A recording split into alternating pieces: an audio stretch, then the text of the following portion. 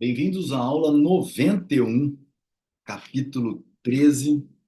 Um capítulo curtíssimo, mas quando eu digo curto, é muito curto mesmo. São apenas dois itens e, terminando esse capítulo, a gente começa a parte 4 do livro, que é a Catalaxia ou Economia de Mercado. E aí sim, nós vamos tratar de economia a fundo.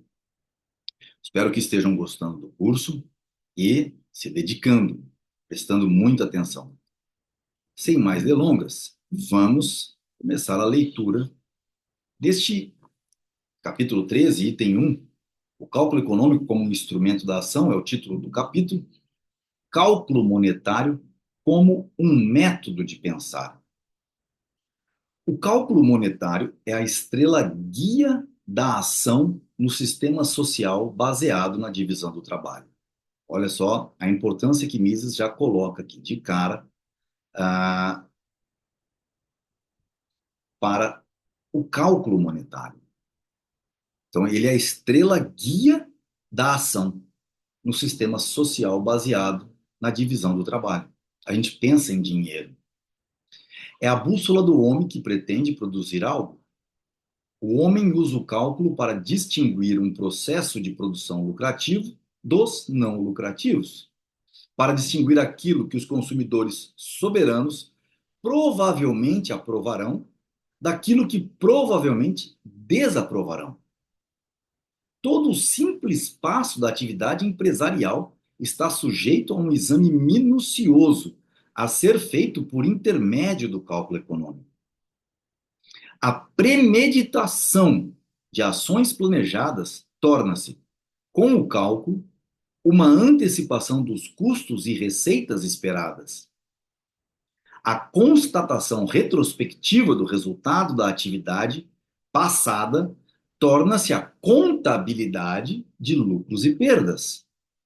Olha que pequeno para o capítulo, mas dois itens apenas, mas colocando aqui a importância e definindo praxeologicamente as coisas.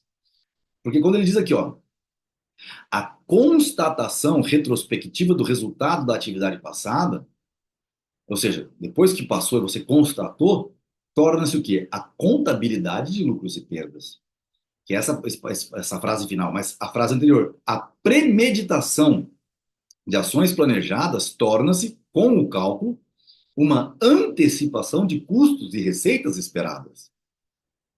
Então, esse é o ponto principal. O sistema de cálculo econômico, em termos monetários, está condicionado por certas instituições sociais. Só pode funcionar num quadro institucional de divisão do trabalho e de propriedade privada dos meios de produção, no qual bens e serviços de todas as ordens são comprados e vendidos através do uso generalizado de um meio de troca chamado moeda. Olha, pode parecer óbvio, pode parecer bobagem, mas quando um governo tenta planificar as coisas e o resultado é que a moeda começa a ter que ser emitida muitas vezes e aquilo perde valor, o que acontece na Venezuela está intimamente ligado com esse parágrafo. O sistema de cálculo econômico, em termos monetários, está condicionado por certas instituições sociais. Só pode funcionar num quadro institucional de divisão do trabalho e de propriedade privada dos meios de produção, no qual bens e serviços de todas as ordens são comprados e vendidos através do uso generalizado de um meio de troca chamado moeda. O cálculo monetário é o método de cálculo empregado pelas pessoas que agem no contexto de uma sociedade baseada no controle privado dos meios de produção. É um instrumento da ação dos indivíduos. É um modo de computar que tem por objetivo avaliar a riqueza e a renda privada e os lucros e perdas dos indivíduos que agem por conta própria numa sociedade de livre empresa. Nas sociedades ou companhias, embora constituídas de mais de um indivíduo, são sempre figuras individuais que agem. Mas numa sociedade de livre empresa, todos os seus resultados referem-se somente a ações individuais. Quando os estatísticos sumarizam esses resultados, O total obtido é uma soma de ações autônomas da pluralidade de indivíduos que se dirigem a si mesmos, e não o resultado da ação de um corpo coletivo, de um conjunto ou de uma totalidade. Então, ele volta a dizer tudo que ele falou lá atrás, antes da gente entrar lá para a Cataláxia, para a economia de mercado. O que ele está dizendo? Não é a sociedade que age, são os indivíduos. O cálculo monetário é inteiramente inaplicável e inútil para qualquer consideração que não contemple as coisas do ponto de vista de indivíduos. Implica no cálculo de lucros individualizados e não no de valores sociais imaginários ou de bem-estar social. Isso é muito, muito forte. O cálculo monetário é o principal veículo de planejamento e ação no contexto de uma sociedade livre, dirigida e controlada pelo mercado e seus preços.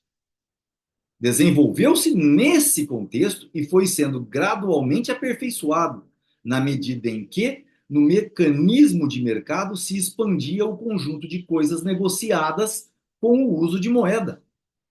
Foi o cálculo econômico que conferiu para a quantificação, os números e as operações aritméticas, o papel que representam em nossa civilização quantitativa e calculadora.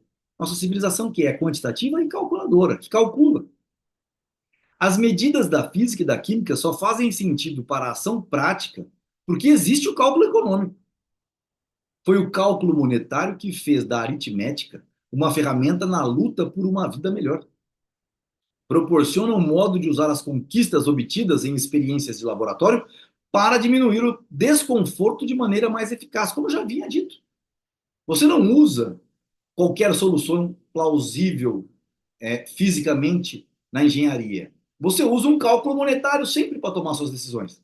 Fazer aquele que é viável economicamente. O mais viável que ofereça a melhor relação custo-benefício. O cálculo monetário atinge sua maior perfeição na contabilidade de capital. Estabelece os preços em moeda dos meios disponíveis e confronta este total com as mudanças produzidas pela ação e pela operação de outros fatores.